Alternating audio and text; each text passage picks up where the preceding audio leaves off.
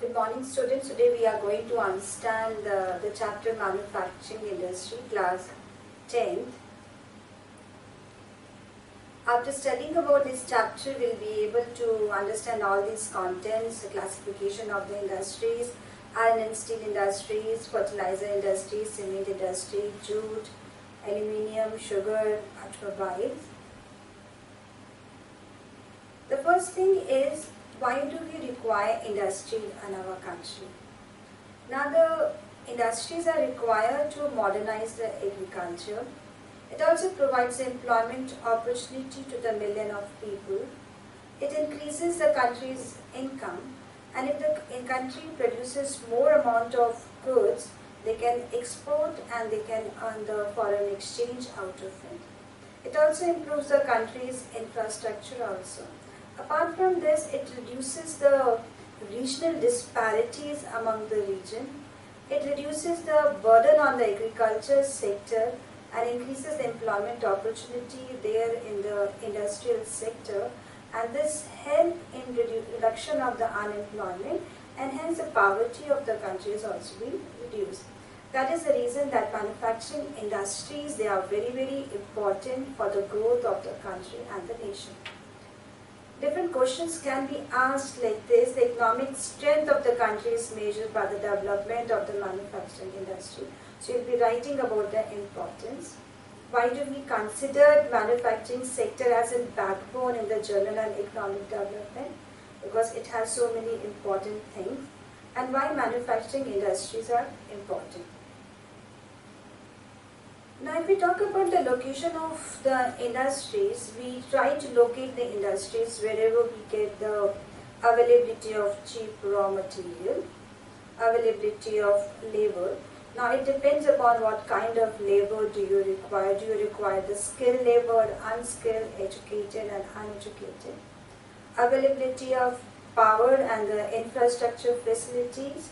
Proximity to the market, because you need to supply the goods to the market also, and then availability of the transportation and communication. If the transportation and communication is not going to be there, how the industry is going to sell the product in the market?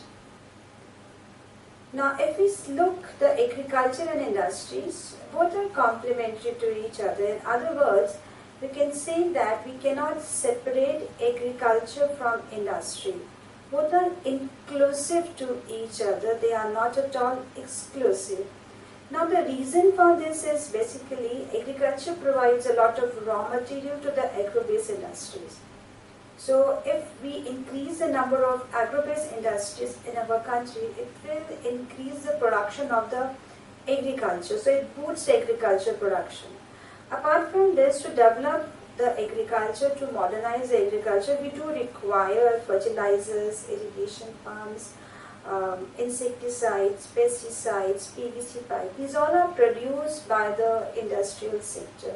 So if you see that both the things, agriculture and industries, they are helping each other to develop the country's development. That is the reason that we say that both agriculture and industries, they go hand in hand. We cannot separate them from each other.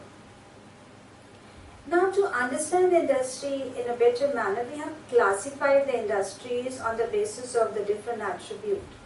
The first attribute is on the basis of the raw material. Now, on the basis of raw material, we have divided the industries into two categories, that is agro-based and the mineral-based industries. Agro-based industries are those industries which are using the raw material from the agriculture. Mineral-based industries are those industries which are getting the raw material from the mining activity. Another attribute is on the basis of the role. On the basis of role, again we have two categories of industry. One which we call as a basic or key industry. Another one which we call as a consumer good industry. If we talk about the basic and key industries are the industries which are primary in nature. They produce the machines and equipments for the other industries to work. So if we are not going to have more amount of basic and key industries, we won't be able to develop the other industry. That's the reason we call it as basic and key industry. The second, we have the consumer industries. Consumer industries are those industries which are producing the final goods for the consumers. So if we are totally dependent on the consumer goods, that's why we call it as in secondary industries. And consumer industries for the machineries, they are dependent on the basic industries. Another classification is on the basis of the capital investment. Now, we have divided the industry into two categories. Like if the industry is having the investment less than 1 crore, we call it as in small scale industries. And if the industry is having more than 1 crore, we call them as in large scale industry. So 1 crore plays an important role to bifurcate the industry on the basis of capital investment. Another category on the basis of the ownership. On the basis of the ownership, we have 4 types of industries. That is private industry, public industry, cooperatives, and joint industry. Now, if we talk about the private industries, they are being owned by the private entrepreneurs. It might be by one single person or maybe by the group of people. Their objective is to earn maximum profit out of it. If we talk about the public industry, it is being owned by the government, and government is a welfare state, so government do not earn profit out of it. Whatever the government produce, it produces just for the welfare of the people. Third, we have the joint industry. In the joint industry, it is jointly run by the private as well as public individuals. Next, we have the cooperative sector or the cooperative industries. Here, the person who has been involved in the supplying of raw material to the person who has been involved to supply the final good to the consumer, each and every one cooperatively they work together.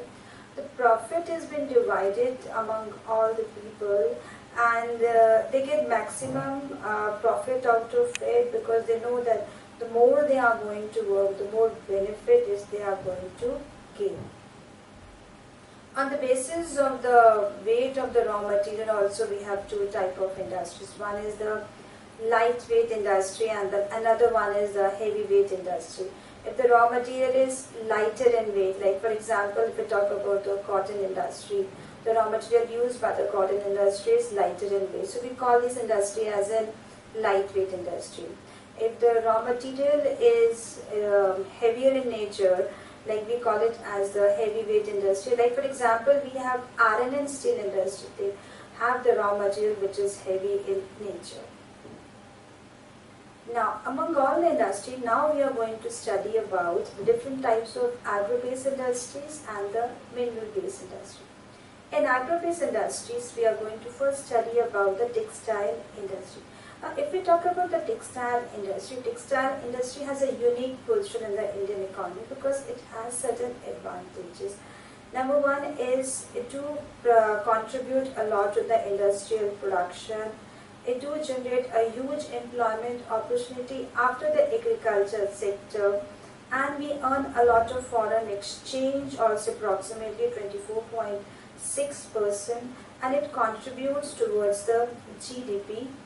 Apart from this, you can see from this picture, this particular industry, that is the cotton industry and the textile industry, it's an industry which is a self-reliant industry which complete the total value chain.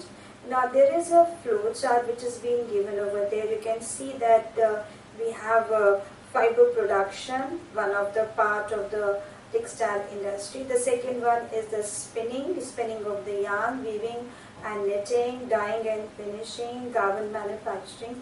Now they have been supplying the raw material to each other. That is the reason we have said this thing. This is a self-reliant because they have been supplying the raw material to each other, and at every time they are adding certain value to it. That is the reason that this cotton textile industry occupies the unique position in the Indian economy. Now if we talk about the cotton industry, before the 18th century we used to make the fabric with the help of the hand spinning and the weaving. After the 18th century, power loom came into the existence. But during the time of the British rule, this industry, especially the handloom and the powerloom, suffered a lot, because the Britishers, they took the raw material from our own country and then they made the fabric and the garment, and then they had a huge market which was available in India. So this was a big setback for the handloom as well as the powerloom. The first successful textile industry was established in India in the year of 1854. Now if we talk about right now, the present scenario of the cotton textile industries, now this right now we have cotton textile industries in all over the country, but basically mainly we have maximum amount of cotton textile industry in the area of the Maharashtra and Gujarat. So we have certain factors responsible that why we have maximum cotton industries here in Maharashtra and Gujarat. Number one factor, we have the availability of the raw cotton, because this is an area which is a cotton growing belt. So cheap raw material is available over here, that is cheap cotton is available for the industries. Now market is also available because this is an area where we have the moist climate. So people, they do not prefer the synthetic fiber, they prefer to wear cotton fabric. So the market is available, demand is more for the cotton fabric in this region. Transport facility is also been available, a good network of transport facilities is there. Whether we talk about the railways or we talk about the roadways, we can supply the cotton fabric in all over the state. Plus we have the port facility, one of the famous port in Gujarat which we call as in Kandla. Another port which is there in Mumbai, which is in Maharashtra. These ports are there from where we can export the fabric to the other countries. So we have the port facilities in these areas also. Labor is also available now, all kind of labor is available, whether we talk about the skilled labor, unskilled, educated, uneducated. And one more important thing is moist climate is very good for the spinning of yarn. So these all are the factors because of which the cotton textile industries are mainly concentrated in the area where in the areas of Maharashtra and Gujarat. Now if you see, like we export yarn to the Japan, and we export the cotton goods to USA, UK, Russia, France, East European countries, Singapore, Sri Lanka.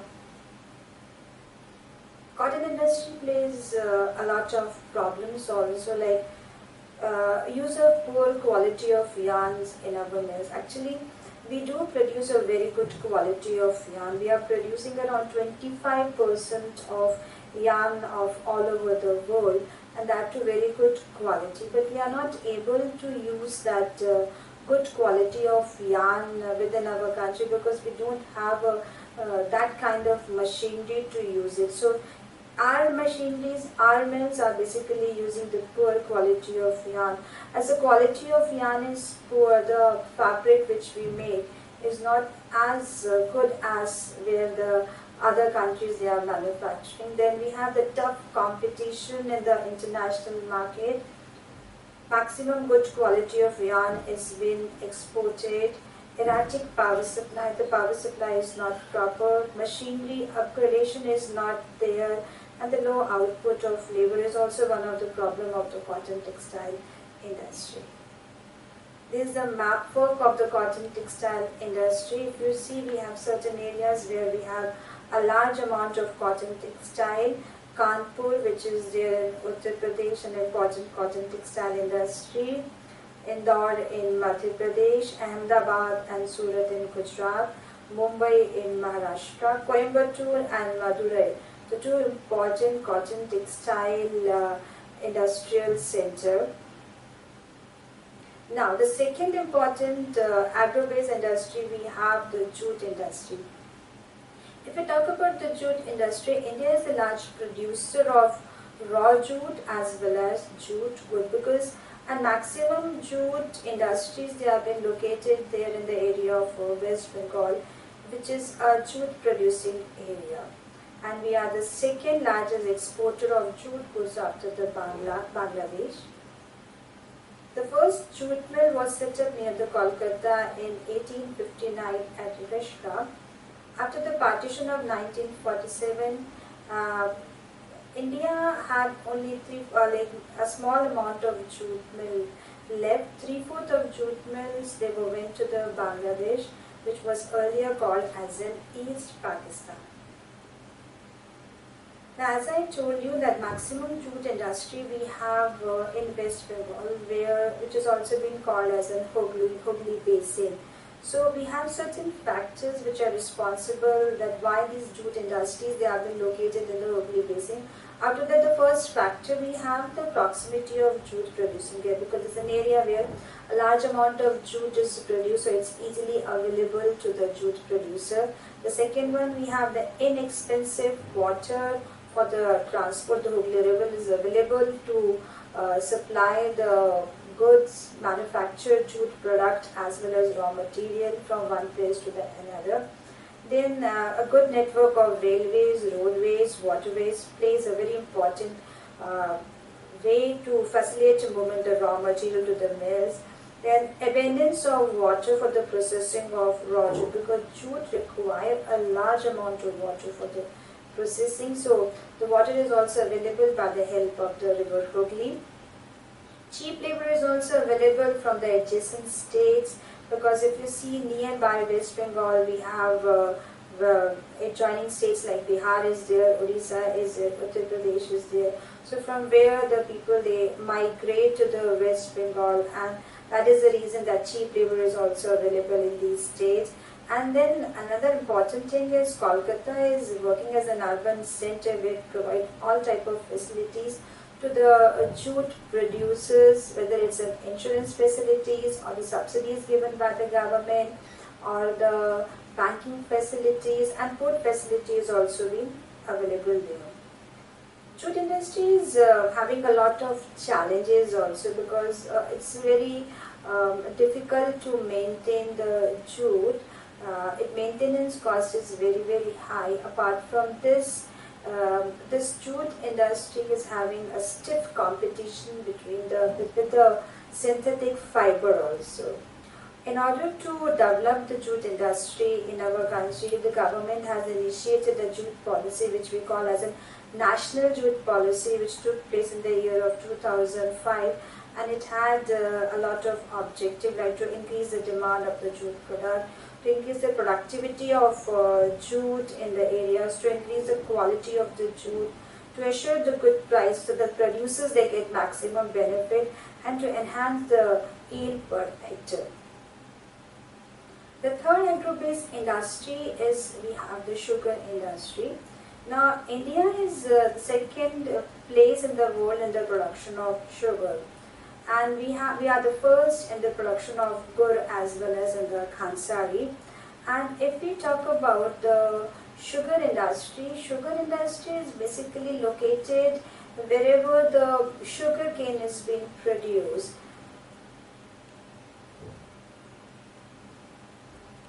Now, if we talk about the location of sugar industries, we have maximum industries which have been located in Uttar Pradesh, Punjab and Haryana, because this is an area which is where we have maximum sugar cane which is being produced. But nowadays we have seen a tendency of sugar industry, they are shifting towards the south and southwestern states, especially in Maharashtra. We have certain factors that why these industries they are shifting.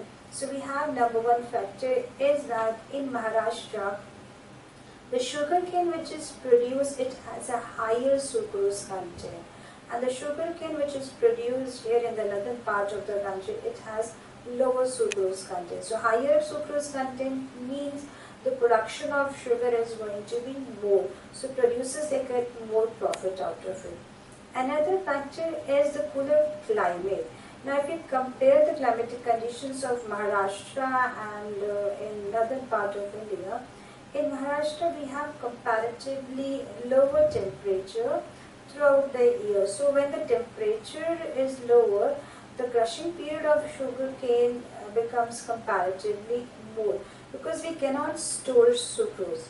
We cannot store sugar cane, because if we are going to store the sugar cane, the sucrose content will get dried up. So if the climatic condition is cooler, we can have a longer crushing season and the sugar industry can work for more number of months. Another factor is the cooperatives which are there in Maharashtra. They are very successful for the sugar industry. So that is the reason that the maximum sugar industries, they are shifting towards the south and western states of India. Certain problems or challenges are also there faced by the sugar industry. The number one challenge is that the sugar industry is seasonal in nature. Sugar industry works only for 4 to 5 months in a year because we cannot store sugar cane. So the remaining time period the industry do not work. As the industry do not work, the maintenance cost of the machines is increasing. Next factor, we have the old and inefficient methods of production. And the factor, we have if there is a delay in the transportation of reaching the sugar cane to the factories, the sucrose content gets rise up, and if the sucrose content gets rise up, the productivity becomes comparatively low. And the last challenge is needs to maximize the use of the bagasse. Now this was all about the agrobiz industry. Now we are going to study about the iron and steel industry in our country, especially the mineral based industry. In this we will be studying about number one industry, iron and steel industry. Now iron and steel industry is basic and key industry because it is producing the machineries for the other consumer good industry. It measures the index of the development because if we are going to have more number of iron and steel industry, the development is going to be more because indirectly it helps with the consumer good industry. Iron and steel industry uses a raw material which is very heavy and bulky in nature. We have the 9th place with 32.8 million tons of steel annually, and we are the largest producer of the sponge iron. The per capita consumption is around 32 kg per annum. Now if we talk about the iron and steel industry, we have two types of iron and steel industries in our country. One which we call as a mini steel plant, and the second which we call as an integrated iron and steel industry. If we talk about the mini steel plant, as the word indicates, it is smaller in size and they use basically scrap iron, sponge iron. All the processing is not being done under one roof. If we talk about the integrated iron and steel plant, the word clearly indicates that all the processing is being done under one roof. Now as all the processing is done under one roof, we do require a large amount of investment. We do require a large amount of raw material. That is the reason that maximum integrated iron and steel plants, they are being located where the raw material is available. Now if we talk about iron and steel plants, it do require raw material like iron ore is there, coking coal is there, limestone, and they do add a small amount of manganese. Maximum we require iron ore and coking coal. So wherever we have large amount of iron ore and the coking coal, this integrated iron and steel plants, they are going to be located there itself. This we'll see with the help of the map also. Now if you see in the map, we have these all are the 10 integrated iron and steel plants which are there in our country. We have in West Bengal, Orissa and Jharkhand, Chhattisgarh, where we have the maximum amount of iron and steel plants. We have in Karnataka because that is also an area where we have good amount of iron ore which is being available. And if you see properly, we have out of 10, 5 are being located in the areas of Chota Nagpur Plateau. Now Chota Nagpur Plateau is there in the areas of Jharkhand and Chhattisgarh, that area. So 5 are there. If you see, we have Jamshedpur, Vanpur, Bokaro, then Rourkela in Orissa, Bhilai iron and steel plants in Chhattisgarh. Now why we have maximum iron and steel plants, they are being located over here because it has a large amount of advantages. Here we have a large amount of iron ore, so the low cost of iron ore is there, and the quality of iron ore and coking coal is very good in these areas. Plus the cheap labor is also available for the, it has available so that we can produce more amount of iron in this way. That is the reason that we have maximum iron and steel plants located in the Chota Nagpur plateau. Now, in order to increase the iron and steel plants, government has taken a lot of initiative. Government have taken two types of initiatives. One is the liberalization policy and the foreign direct investment, so that we can increase the production of the iron and steel in our country. The next mineral-based industry, we have the aluminium smelting. Now, aluminium uses the raw material in the form of bauxite, and it would require a large amount of power supply to convert the bauxite into the aluminium. It has a very good strength, so that is the reason that we use aluminium for the making of the aircraft. It's a good conductor of heat and electricity. So we make the wires from the aluminium also. That's the reason that aluminium smelting, again, an important industry in our country. Next industry, we have the chemical industry. It's fast growing and diversifying industry. It contributes around 3% of the GDP.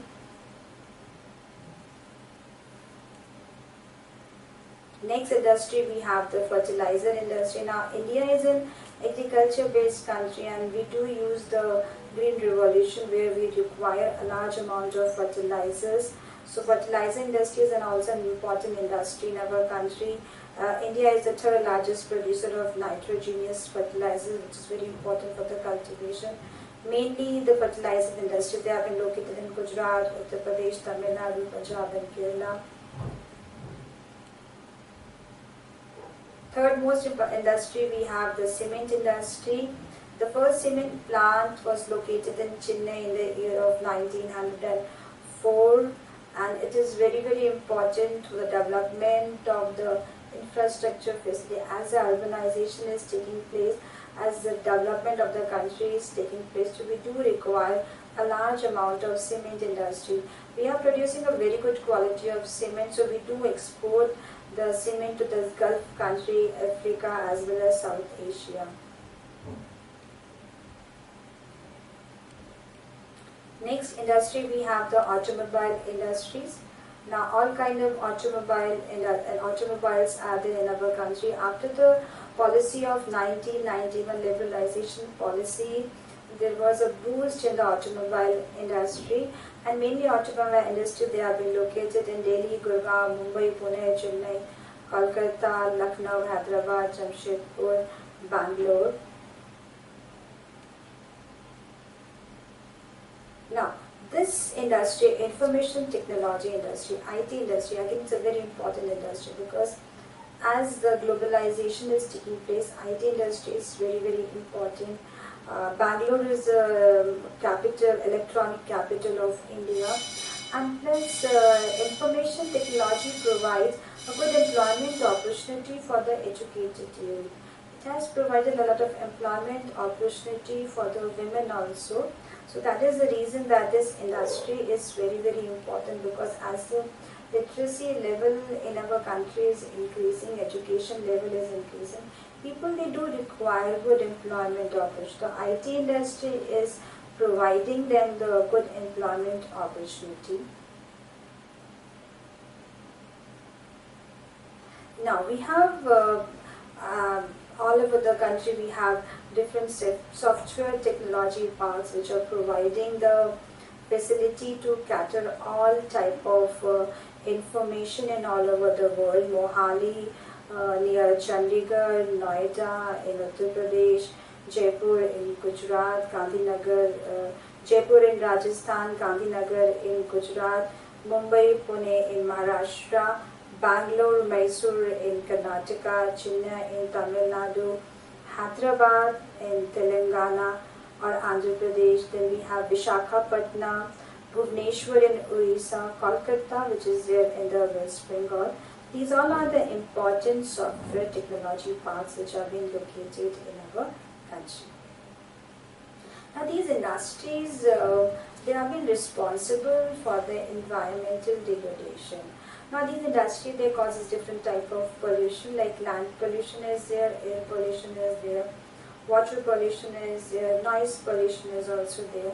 The machines, the automobiles, when they work, they do create a lot of noise and it causes a lot of illness among the people. The industry, they discharge their waste in the river, and ultimately the water get polluted and the aquatic life get affected. Air pollution, many of the industries, they discharge their smoke from the chimney, so ultimately the air pollution also takes place. They discharge their waste on the land, because of which the land degradation also takes place. So these industries, they are responsible to degrade the environment. They are causing a lot of environmental degradation. So we need to have some kind of measures to work on the environmental degradation. For this, we need to have some kind of rules and regulation. Disposal should be done in a proper manner. Now, minimizing the use of the water, using the water by purifying it, rainwater harvesting for the conserving water. Now, the treating of the industrial wastes, industrial and chemical effluents before they are being discharged into the rivers, which is very, very important. Then, minimizing the use of the coal. Selection of fuel is very, very important. Instead of coal, if we use oil, that will reduce the air pollution. Establishment of the water treatment and sewage plant for preventing the land and the water pollution. NTPC is also doing a lot of work to control the environmental degradation. Thank you.